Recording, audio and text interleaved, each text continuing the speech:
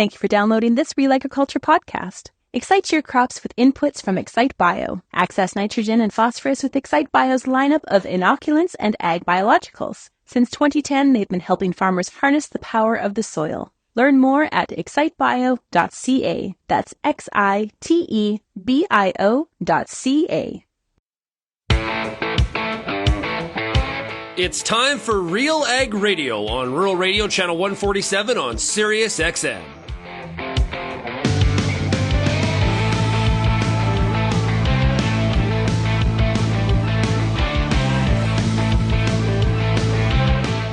RealAg Radio and RealAgriculture.com is your home for insight and analysis of the issues that are impacting your farm business. Let's get real and get connected with RealAg Radio.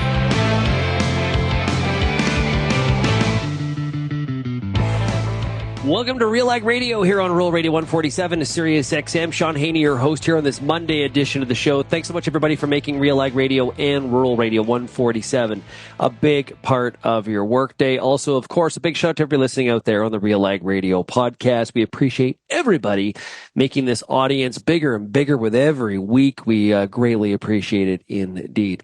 Today is Agronomic Monday. Peter W.P. Johnson will be here to discuss all things agronomics. We're going to talk about, am I too late in Western Canada for fall weed control?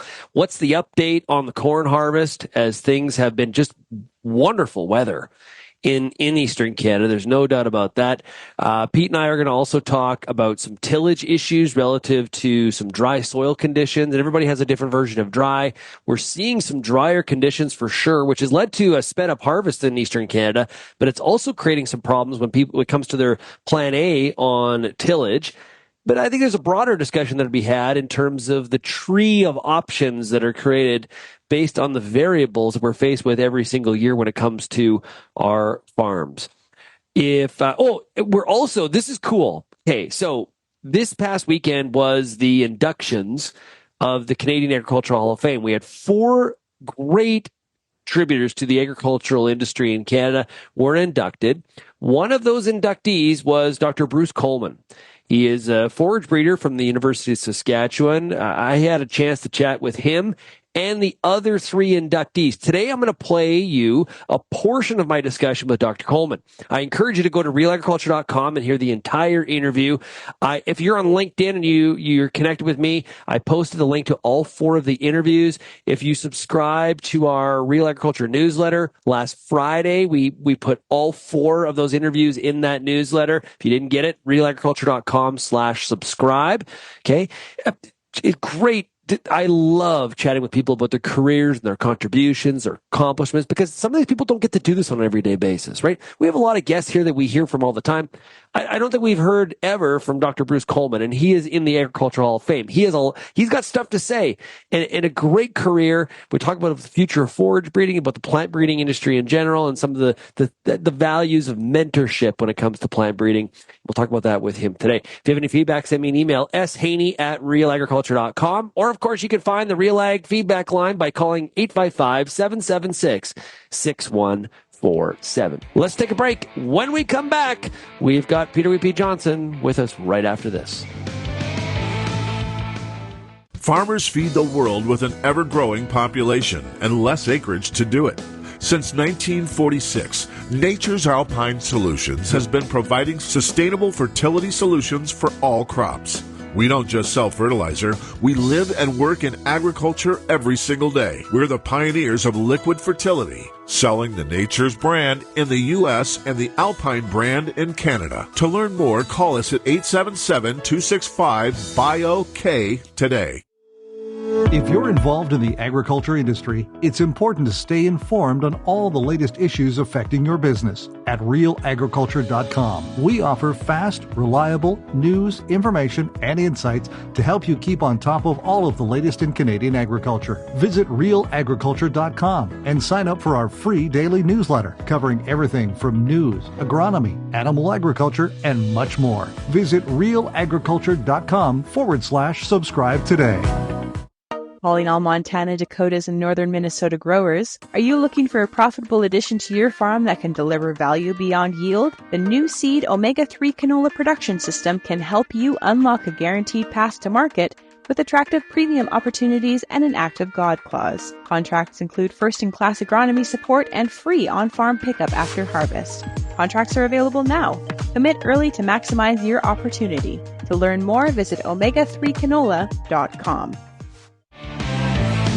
And welcome back to RealAg Radio here on this Monday. It's Agronomic Monday, as we were talking about. We'll be joined today by Peter Pete Johnson. But first, along with extra time and lower instances of unpredictable weather, there are a variety of benefits that come with a fall ESN application. Learn more by going to smartnitrogen.com. As I mentioned, Peter Pete Johnson, here he is. Pete, how are we doing? Yeah, awesome. Thanks, Shaun. We haven't really got into winter here yet. It's sort of still fall, and I don't know, the sun has mostly been shining, not all the time by any stretch, but I'm a bit surprised. I talked to some growers who are only a third done corn, and it just tells me that some growers have a lot of acres to cover because there are many growers who were finished harvest by Halloween. And in Ontario, that it is pretty unusual. Probably 3 times in my lengthy career that we have finished by Halloween. Any other factors there? Like, is the corn, even though it's been optimal dry conditions, it's not drying down, or it's drying down too fast, or there's some challenges with the stalk? Like, what's happening there? Yeah, so I think it's just the number of acres that they have to cover because it really is. So first off, Shaun, the corn has been incredibly dry. The comment was made to me by several growers that we are having I-state weather. So the weather like Iowa, Illinois, Indiana, where you can combine till 1 a.m. on soybeans. I mean, we're done pretty much soybean harvest now. There might be a few double crops left yet, but like it's just been incredibly good standability on the corn. Until very recently, standability was excellent, other than the farmers that in the tar spot area that didn't spray for tar spot, and there's starting to be some disasters in fields now. I'm starting to see some very severe lodging if they didn't get to the field quickly enough, and it's kind of interesting, Shaun, because number one, we talked last week about poor aerial application with tar spot fungicides, and I'm getting more and more feedback about that. Growers are very disappointed with a lot of the aerial application, but if they missed in the corner, and even with ground rigs, when you're spraying tar spot fungicides in corn, you don't back into the corner because you tramp too much corn to get that little bit in the corner. So you just make the corner and keep going. Well, man, those corners, they are flat. Like they have just gone. And it's sort of in the last week, we had top break and whatnot. And in the last week, if you didn't get them out of the field, they have just collapsed. And so it really shows you how much that plant has pulled out of the stalk, right? That remobilization of nutrients trying to fill the cob. And there's lots of things in terms of test weight and kernel weight and things that we're learning about tar spot. And it's kind of a cool story. But when you say why from a harvest standpoint, I don't know. I think it's just growers are getting bigger. And even though they're well equipped, it just takes time. Now, in the past, when we've talked about dawn on corn, we've talked a lot about get it out of the field. Like get it out, right? Now, this is like, because obviously some people are done. So there's some combine capacity out in the countryside. Is there, when it's this dry or even relative to tar spot, we're not necessarily rushed like we would be with dawn to get that crop out and use some of that capacity, correct? Yeah, no, that's you're 100% right, Shaun. You know, Shaun the agronomist is coming through again, but you're so right. When we have toxin problems in the corn, the earlier you get it out, and where it really shows up the most is with the silage growers, right? The dairy farmers, and they talk about this toxic soup. And if they can harvest their silage in September before things go south, early September, before those toxins get a chance to build up much, they can have great quality silage. But if they get delayed by wet weather, they can't get it out of the field. It gets to be the first week of October, the toxin level. And it's not just the dawn level in that situation. It really is a whole plethora of different toxins that tend to show up in the silage. So that early harvest is incredibly critical. Even though if it was a dawn year, Shaun, because I don't think growers really like growers are maybe taking Sundays off. In fact, Josh tweeted out this morning to Weather Ontario. WX Ontario is a group that tweets lots about current weather. And he tweeted out, what's Monday's weather going to be like? Because I'd really like to take Sunday off if I could, but I need one more day to finish. And so I think there is maybe a little bit less push than there would be if we had a lot of jib in the field. But growers are not, lollygag. And I just think big growers have big acres to cover, and that takes time. Period. My brain is cooked, Pete, is I'm like let's get it done. Right? Because there's that regret of, and the weather forecast looks great. So let's not, kid ourselves, but there's like that, I just had one day. And I didn't do it because I wanted a day off, and now I'm stuck for 2 weeks. Like that plays on me. So everybody's got to do it the way they want to do it. One of the common questions that I've been getting, and I know you have too, we've been chatting a lot about this, is fall weed control. And we're kind of in many areas on that borderline now. You really need the forecast to be in your favor. It's not just, hey, I got to do this sort of decision because it's on my checklist. So I wanted to give you the forecast this week for Saskatoon. And then you can tell me whether or not I'm okay to go out there and maybe run the sprayer a little bit more. Because I haven't run the sprayer enough this year. I really want to get a few more hours on the seat. So no, what you really want to do, Shaun, is you want to do fall weed control because it's so much better level of control than spring weed control, 100%, right? 100%. You've already sat in that sprayer seat lots. Trust me, I know this, right? Like the growers have, but fall weed control still matters. So what are the temperatures? Yeah, your butt is calloused at this point. Okay, we got 4. We've got on Tuesday the 5th, we've got a high of 4. A little bit of a chance of snow. So I would say Tuesday's not a go day. Wednesday, high 3, -3. Thursday, +12, -2. Friday, +11, -2. Saturday, +10, -1. Sunday, +8, -3. Kind of go, and just kind of continues in that sort of same band, +6, -5. Can I do any more fall weed control? There's one day there, +12, -2. Is that a go day? So it's actually, Shaun, not so much about the daytime temperature at this point, let's be real. At this point, we're talking about perennial weeds or winter annual weeds that we're going to control. All the annual weeds are done, right? Like we're not, that ship has sailed, and they don't matter much in the fall anyway.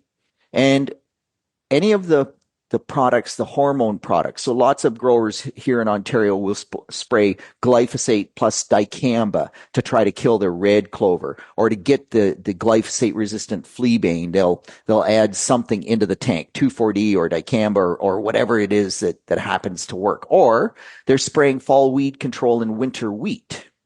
So with fall weed control in winter wheat, it's a little bit different, in that we did talk a couple of weeks ago about, 3 degrees. If I could get 3 degrees at night for 3 days in a row, that you could spray those hormone style herbicides or those group 2 herbicides and still get good control. So that ship has sailed in Ontario. And lots of growers were waiting because some of these products want 3 leaves. They want the wheat to have 3 leaves in the fall. And so you're waiting for 3 leaves, and now our temperatures are 0, +1, -1. Can I still spray that weed control in wheat? And the answer is yes, but you're going to get less efficacy out of the product. And so you kind of get caught sometimes between the crop being at the right stage and the temperatures, but you can still spray. Like we sprayed my wheat yesterday. It went to +1 overnight. I'm not worried at all. We're going to get decent weed control. In Western Canada, all of those hormone herbicides are done. They're no longer going to work. The plant has to grow itself to death. It can't grow itself to death if it's so cold that it can't grow rapidly. So all you're left with now is glyphosate. And if you're trying to control glyphosate-tolerant weeds, you're done. Yeah. Full stop. But if you're trying to control things like wild carrot, like dandelion, like Canada thistle, perennial sow thistle, Yep.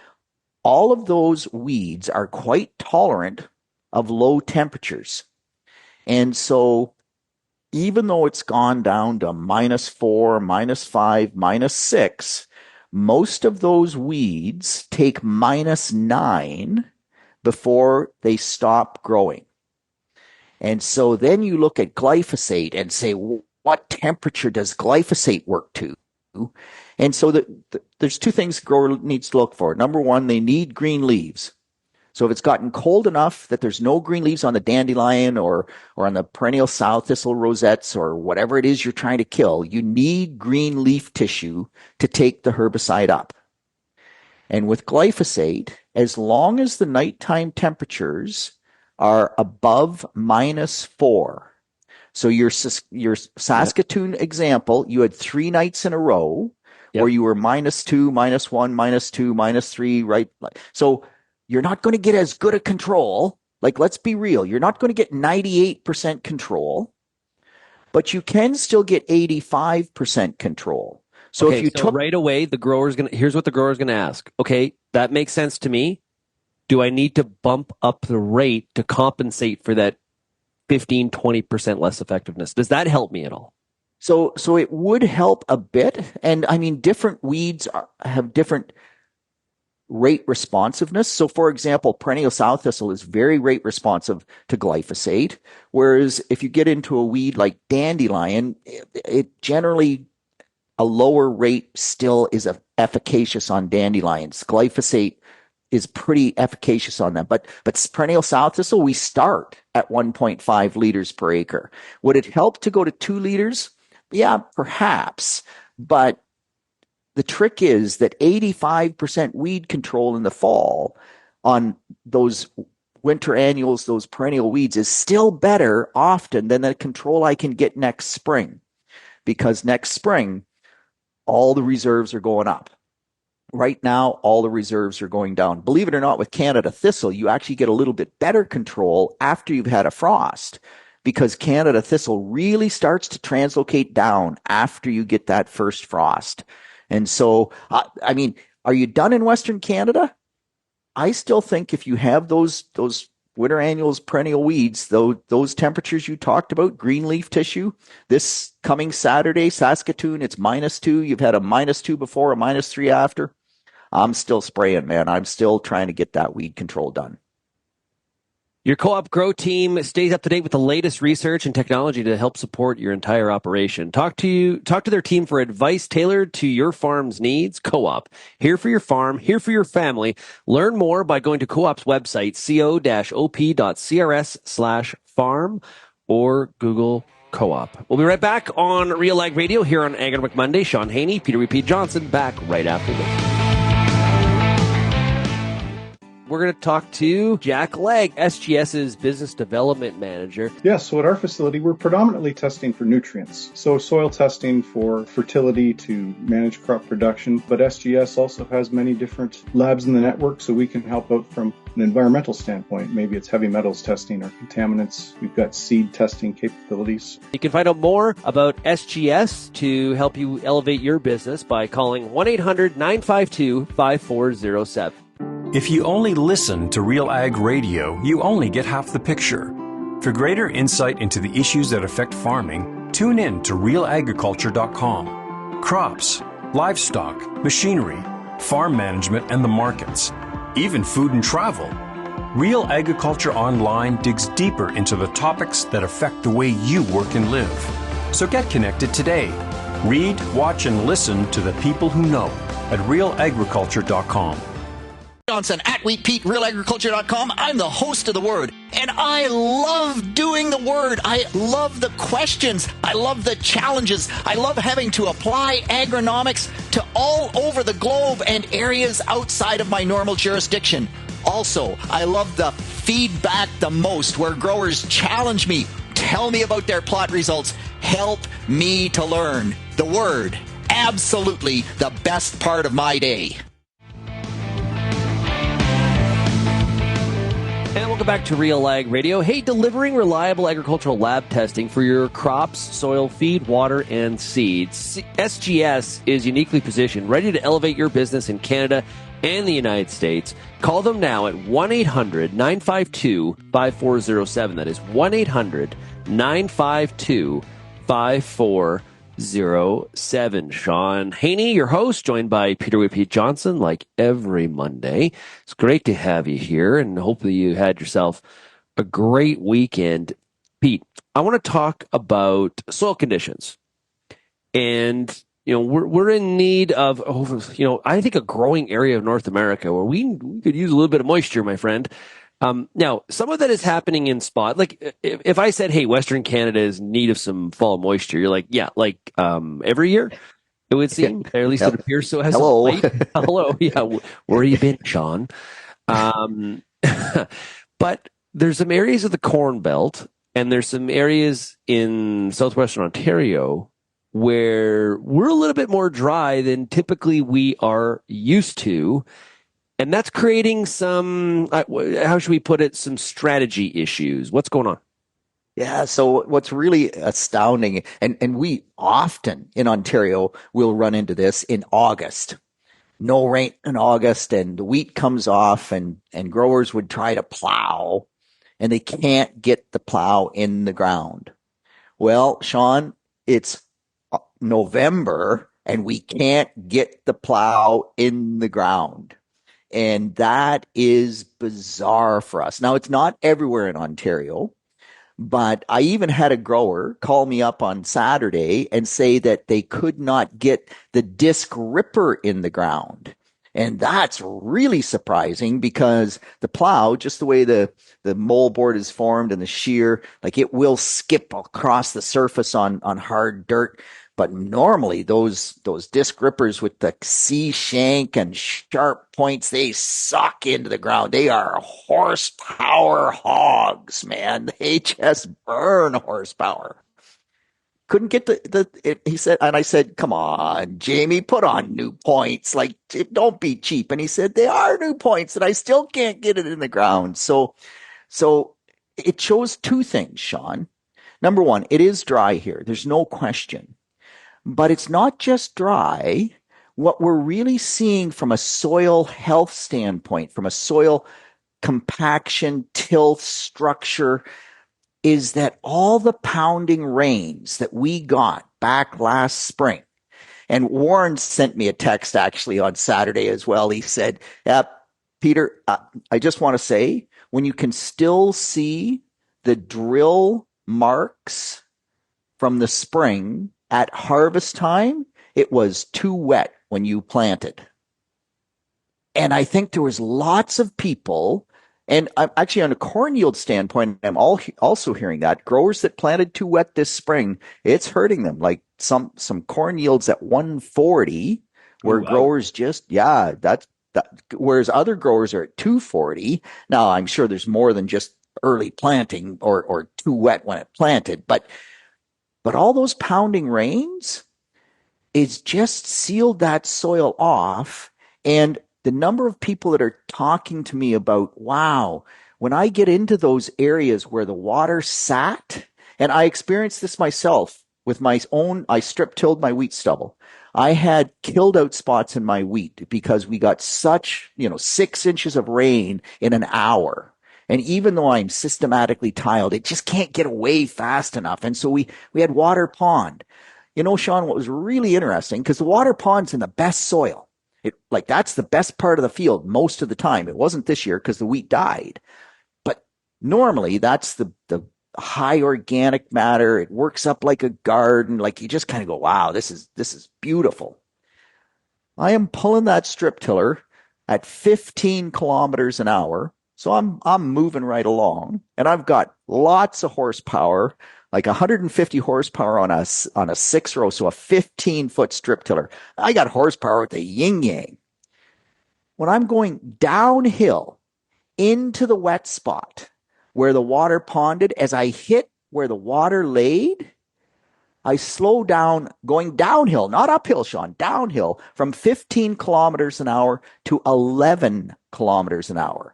I lose that much speed because it's pulling that much harder. Yeah. Instead of coming up nice, it's coming up in chunks. Yeah. And the engine horsepower, the load on the engine, it tells you that on the monitor. It goes from kind of halfway to right to the max. It's going downhill, working its butt off, and it's going almost 2/3 of the speed it was going on the flat or the areas that did not pond. Yeah, this is one of the challenges I think that we're presented in farming, is that a lot of times we do need to have that manufacturing process, be thinking about efficiencies and have that sort of mindset. But this is where the differences between, say, farming and an auto plant are different. And even a greenhouse. And I know we're going to, maybe some greenhouse listeners, they're going to really bite back here potentially, but shows you how much I know about greenhouses. But from 100,000 feet, those are controlled environments. And we know when we move from step 1 to step 2 to step 3 to step 4, we're likely to know what those next steps are and what we have to do. And we work on improving the synergy of all those steps together. Now, we try to do that in farming as well, in broadacre farming. But it's not that simple, because there's a step 1, and then there's 2A, 2B, 2C, and then the branches it just keeps on getting bigger and bigger and bigger. And when we're dealing with soil conditions, we know that the decisions we make this fall on what we do with our soil, it carries over. You just talked about the wet spring and how some of those decisions, right or wrong, it's the decision that we made. It's the decision it was the best case decision we could make at the time. How right. It's still showing itself here today. And I think this is what makes farming so challenging.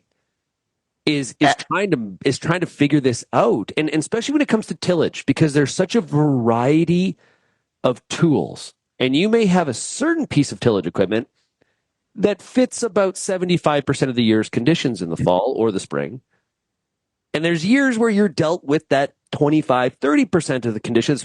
It's less common, so you don't have the perfect tool. So then you're like, well, do I go and get the tool and all this kind of stuff? So I find this just fascinating, because it just is a great showcase of how challenging this work is. Yeah, 100%. And that's why so few researchers want to work on tillage, because every time it's different. And Woody actually reached out to me and said, man, he was doing some tillage, and he's not a tillage guy, but he said whenever he would hit where he had strip tilled before, like 2 years ago, things worked really easily and well. If he got off the row where he trafficked or where it hadn't been worked before, it just was so much lumpier, so much harder. And so that actually comes back to a controlled traffic discussion, and, keep your traffic lanes in the same spot. But I talked to my tile drainage contractor a while back, and he said that on heavy clay soil in August, where the water had ponded and ponded and ponded multiple times, they could barely pull the tile plow through. That ground was so compacted and so hard. And I think that's what we're seeing this fall. Not only did we compact it in the spring or over time with tillage and heavy equipment, but when you start adding in the effect of these pounding rains, and the rainfall intensity this year was massive, Shaun, like just it's not that we're necessarily getting more rainfall. I mean, I think on average we probably get a little bit more, but it's about the same. But the intensity this year in particular was just such, and those raindrops, they talk about, the impact of that raindrop being like an atomic bomb, right? This explosion. Yeah. Well, man, it just beats the daylights out of it. And it is astounding at how much that impacts that soil structure and that soil tilth, despite us trying to do everything right. Yeah. Well, and there's going to be some part of the audience here is like, why are you even tilling? Like, what do you guys, zero till, people? Like, smarten up, right? So, but again, everybody's different. There's reasons why some people have to be involved in tillage versus ones that can get away with not doing it. Like there's a whole bunch in between. as well. I'm going to ask you this question anyway. We have other stuff to talk about here. We're running out of time. But tire inflation levels, is it something we need to be paying attention to in the fall? Like, I know we talk about it a lot in the spring through the growing season, but do we care as much right now? So with tire inflation, it's about surface compaction. Yeah. And so if you have high pressure tires on your fall primary tillage, it matters less. Now I got to be a little bit careful with that, because if I have high pressure tires on a moldboard plow and I'm running in furrow, right? So now that tire, high pressure tire, is in the furrow. I'm not loosening that up with the plow. I'm just turning the furrow on top of it. So there I should absolutely be on top of it. Like, I worry about it. If I'm on land with that moldboard plow, or I'm pulling a disc ripper, it matters less, because my high pressure tire is compacting the surface, but then my tillage tool is alleviating that almost immediately. On the other hand, Wheat Pete with his strip tiller, I'm running between the rows.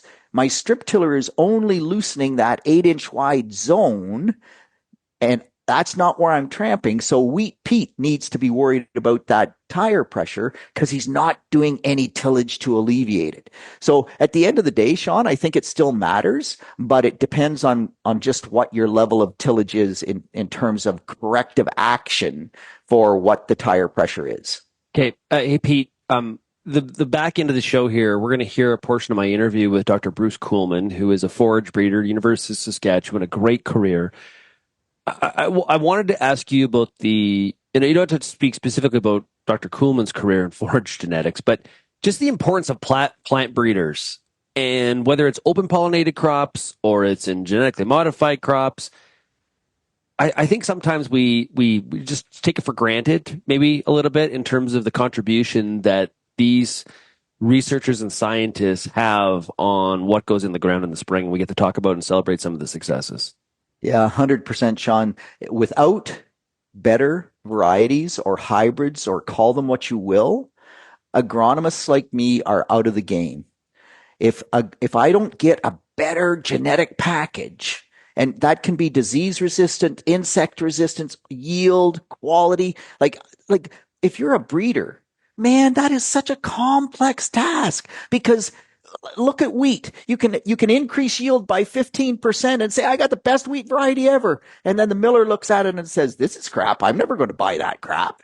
Like, there's so many factors. But if we don't get better genetics, Pete's out of a job, because all I can do is bring the agronomy to support the genetics. And genetic yield gain is probably more than half. I think most studies would say 60% or 65% genetics. That means I'm only 35%, but I'll take that third and drive on. Genetics is incredibly important. So kudos to all the breeders out there. They are doing incredible work. Yeah, and one of the inductees into this year's class of the Canadian Agricultural Hall of Fame, Dr. Bruce Coulman. We're going to hear a portion of his story, my interview with him, when we come back. Pete, thanks so much for joining us here today on Agronomic Monday. Have yourself a great week. Yeah, you as well, Shaun. Thanks for having me, and we'll talk to you next Monday. Yeah, great stuff. Hey, I want to tell you about Brandt Agricultural Products. The Brandt high-speed disc is made to manage residue, condition seed beds, level ruts, and reclaim wetlands in the most challenging of conditions. Lead the field with the line of a versatile high-speed disc from Brandt and achieve better results with every pass. And receive up to a $12,000 rebate for a limited time. Visit brandt.ca for more information. We'll be right back here on RealAg Radio, Rural Radio 147, right after this. I'm Lindsay Smith from RealAgriculture.com. Join me Monday nights for The Agronomist, a 1-hour live and interactive show broadcast across YouTube, Facebook, and X. Monday nights at 8 p.m. Eastern, I host expert agronomists from all over the country to give you answers to some of the toughest agronomic questions. Join us live or catch the replay Tuesday morning. That's The Agronomist with me, Lindsay Smith, Monday nights live at 8 p.m. Eastern. There's a reason we call it the Corn School. Videos on everything from planter setup to weed control, field trial results, and the latest yield strategies. The Corn School on RealAgriculture.com has the information and advice you need to help you succeed. brought to you by Pride Seeds and BASF. Corn School episodes are available at cornschool.com, from realagriculture.com, or as a podcast in your favorite podcast app. Check out the latest Corn School episode today.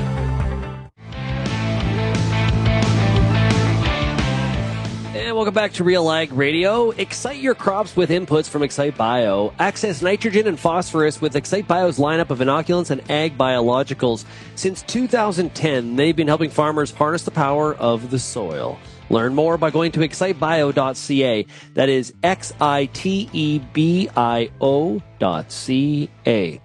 Well, now we're going to take a bit of a trip into kind of down memory lane, but this past weekend was the inductions, the 2024 class of the Canadian Agricultural Hall of Fame.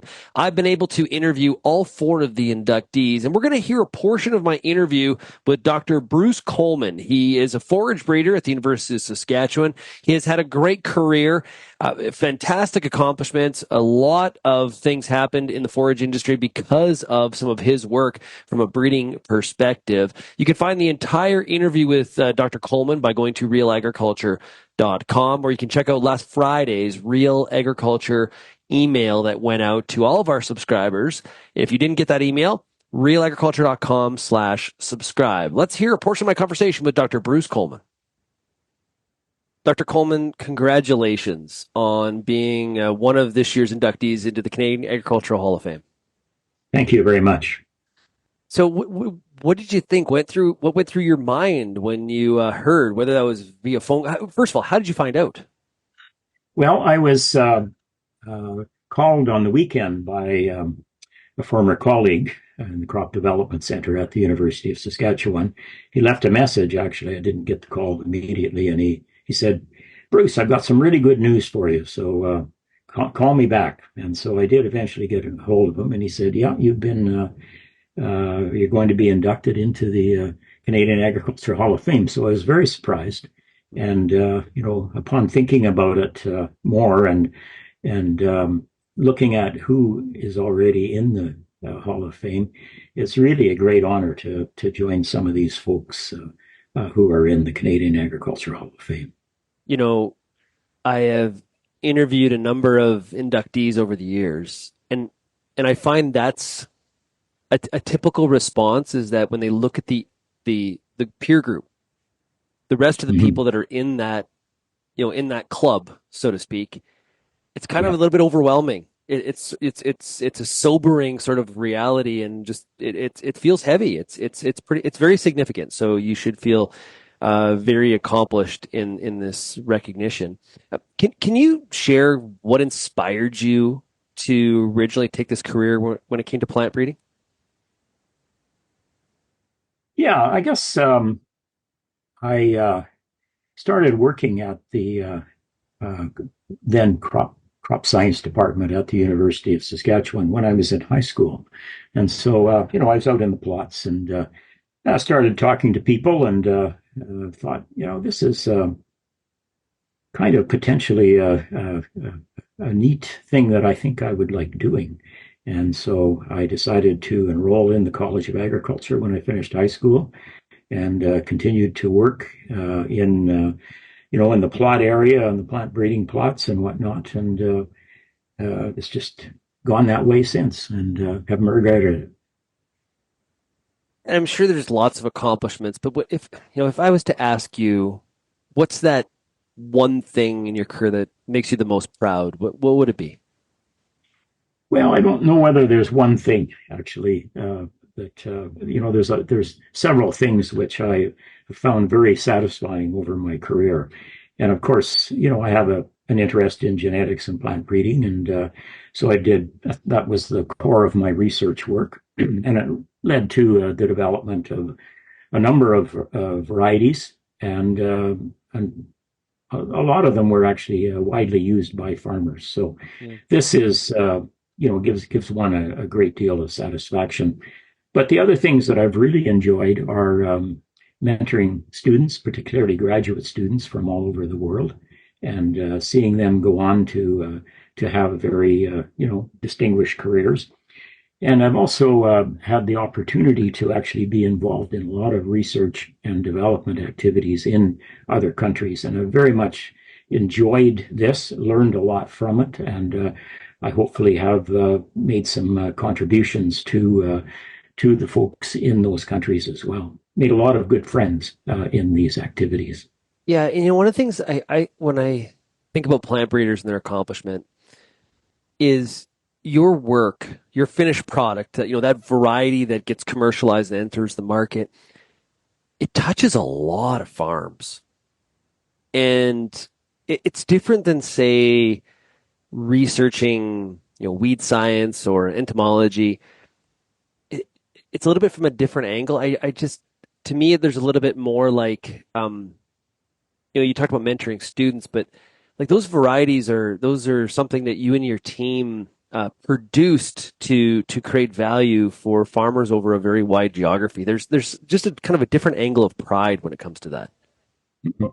Absolutely. And the other thing about plant breeding, at least in public plant breeding organizations, which I was involved in over the years, and our organizations are involved in the research and the development of these varieties, but we're not involved in the seed increase nor the marketing of the varieties. Right. So this leads us to set up partnerships with the Canadian seed industry, and so they are the ones that actually do the increase of the seed. We produce the breeder seed, but the rest of the increase is done by seed growers in the seed industry.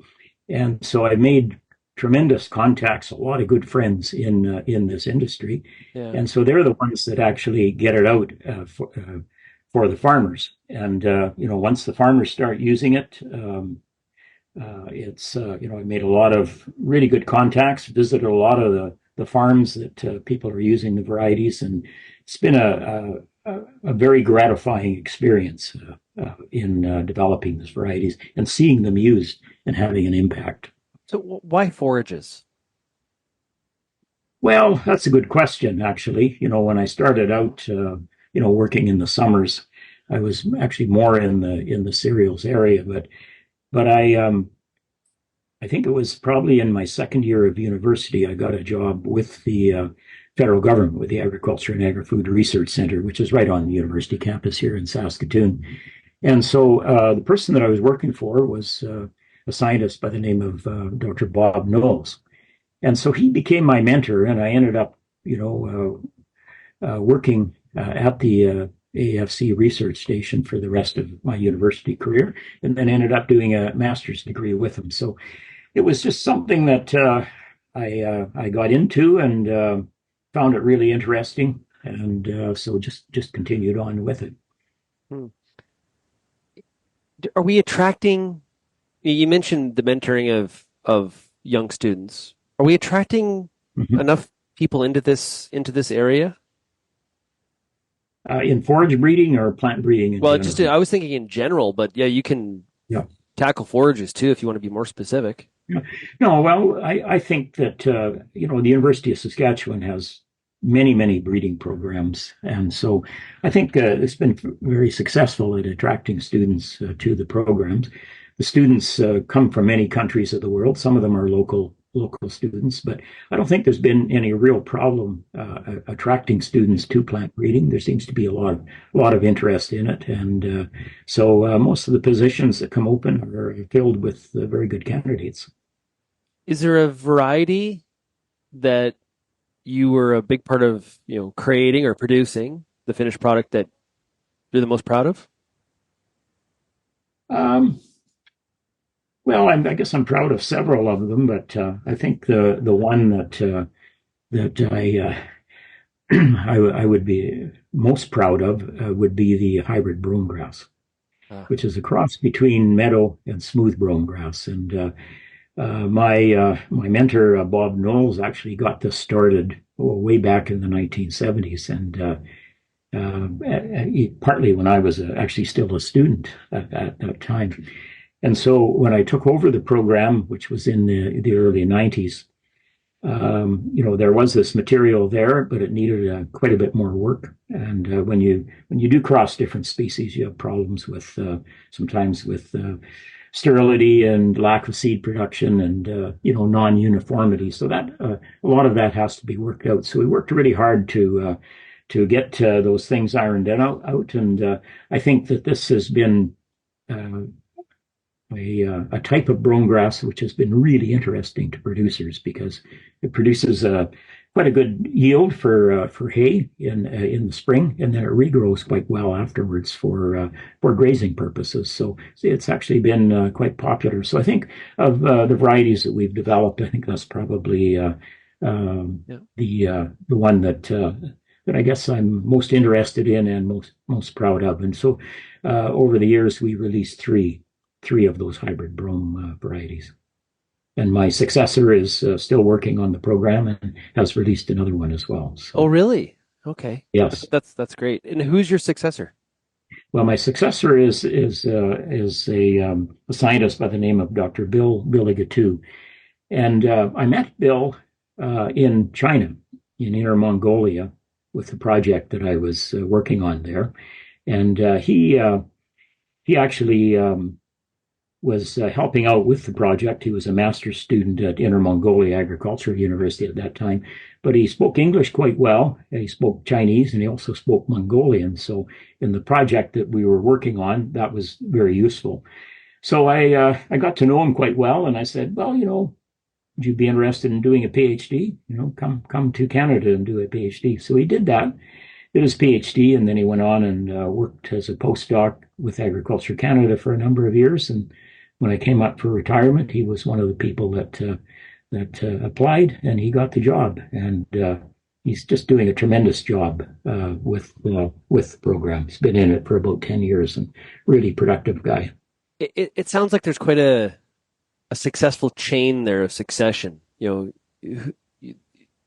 being mentored and then taking over the program, and then a great career, and then having somebody capable and able for you to pass it on to take over and know that, hey, you know what, take it from here and achieve even greater things. That takes comfort in your own skin from a leadership standpoint, for sure. Oh, absolutely. And I think that my mentor was really happy that I came into the program and took it over, and I'm just delighted that Bill has taken it over and just is doing so well. It's very gratifying. Yeah, plant breeding it's really changed. As well, the technology's available to you, the tools, right. The data crunching. I'm sure there's lots of, you go to a plant breeding meeting, I'm sure there's lots of talk about artificial intelligence and all those kinds of things. Talk about some of those big changes you've seen over your career. Well, there has been changes, and the one thing that hasn't changed is it takes quite a bit of time to develop varieties, and so you have to have a lot of patience. You have to have a lot of patience in this business. But no, there are technologies, marker-assisted selection, genomic analysis, etc., that have allowed us to speed it up and, of course, look at things in much more detail than we were able to do. In my career, I didn't get heavily into these areas, but I was more of a traditional plant breeding. But my successor is using a lot of these technologies now in the breeding. There's like when you talk about, I was doing more traditional, I think of the art of it and the years of experience compounding. And, I grew up in the seed industry, so we weren't in forages, but we were definitely in cereals, and I was around a lot of canola breeders. And there's like this art to it, and that strong relationship to, as you mentioned, the seed industry, the grower being really critical. Yeah. No, it's that with all of these technologies, the thing to remember is that the material has to be grown in the field. It has to do well in the field, have good adaptation. So all of the breeding nurseries, etc., most of this work is still done in the field. Yeah. And so I think there's certainly science to this, but that's where the art comes in as well. And That was Dr. Bruce Coulman of the University of Saskatchewan, a forage breeder, one of the inductees into the Canadian Agricultural Hall of Fame. That whole class was inducted this past Saturday. If you want to hear that entire interview or my interview with the other 3 inductees, you can find that at RealAgriculture.com. Hey, RealAg listeners, Canterra Seeds has 8 bags of their new CS 4100 LL Liberty Link canola available to be won by one lucky listener. Visit Canterra.com/RealAg to find out more and to enter. Wow, free seed. All you got to do is sign up, no cost to enter. Encourage you to do that, all of you in the Real Agriculture audience. We're going to take a quick break. We'll be back with more of RealAg Radio here on Agronomic Monday right after this.